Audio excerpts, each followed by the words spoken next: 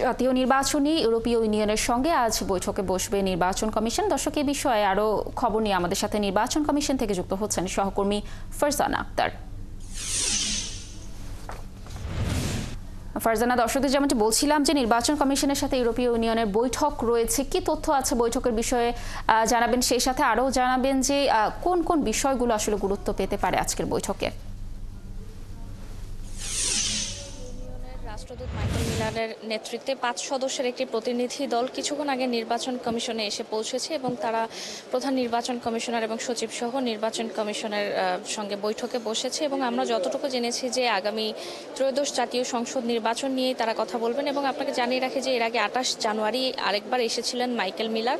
সে সময় আসলে যেমনটি তিনি বলেছিলেন যে ইউরোপীয় ইউনিয়ন বাংলাদেশে একটি অবাধ, নিরপেক্ষ এবং সুষ্ঠু নির্বাচন দেখতে চায়। তারা বাংলাদেশে একটি আন্তর্জাতিক মানের নির্বাচন দেখতে চায় এবং এই বিষয়ে আসলে বাংলাদেশকে যত ধরনের সহযোগিতা করা লাগে তারা করবে। এবং সে সময় নির্বাচন কমিশনের পক্ষ থেকে তাদেরকে বলা হয়েছিল যে নির্বাচন কমিশনের অধিকার ক্ষুণ্ণ হবে এমন কোনো কাজ যাতে না হয়, এবং ইউরোপীয় ইউনিয়নও এটির সাথে একমত ছিল। এবং ইউরোপীয় ইউনিয়ন আরেকটি বিষয় বলেছিল, সেটি হচ্ছে যে তারা চায় বাংলাদেশে সংস্কার হোক এবং তারা যেমনটি বলেছিল যে সংস্কারের জন্য সময় কম হচ্ছে। তবে এবার কি বলতে যাচ্ছে সেটি আসলে বৈঠক হচ্ছে, বৈঠকের পর আমরা জানতে পারবো। তবে আমরা যতটুকু জেনেছি যে আসলে মূল বিষয় হচ্ছে ত্রয়োদশ জাতীয় সংসদ নির্বাচন। এবং কিছুদিন আগেও কিন্তু গত সপ্তাহে যে সারা কুক, ব্রিটিশ হাই কমিশনার, তিনি এসেছিলেন, তার সাথেও কিন্তু নির্বাচন কমিশনের ত্রয়োদশ জাতীয় সংসদ নির্বাচন নিয়ে বৈঠক হয়েছিল। এবং আমরা ধারণা করছি যে এর আগেও যেমনটি সারা কুকের কাছে বা অন্যান্য আন্তর্জাতিক সংস্থার কাছে নির্বাচন কমিশন সহায়তা চেয়েছিল, সেই সহায়তাগুলো হচ্ছে প্রযুক্তিগত সহায়তা, দক্ষতা উন্নয়নের সহায়তা, অর্থাৎ যারা নির্বাচনের সাথে সংশ্লিষ্ট কর্মকর্তা কর্মচারী থাকবে সেসব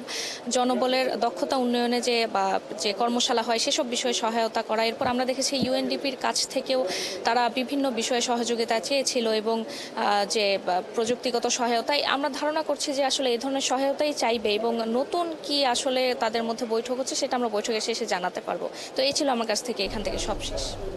ফারজানা, ধন্যবাদ আমাদের সাথে যুক্ত থাকার জন্য। আপনি সেখানে থাকুন, তথ্য সংগ্রহ করতে থাকুন। আমরা পরবর্তীতে অবশ্যই আপনার সাথে যুক্ত হয়ে দর্শকদের সেখানকার সর্বশেষ তথ্য জানানোর চেষ্টা করব।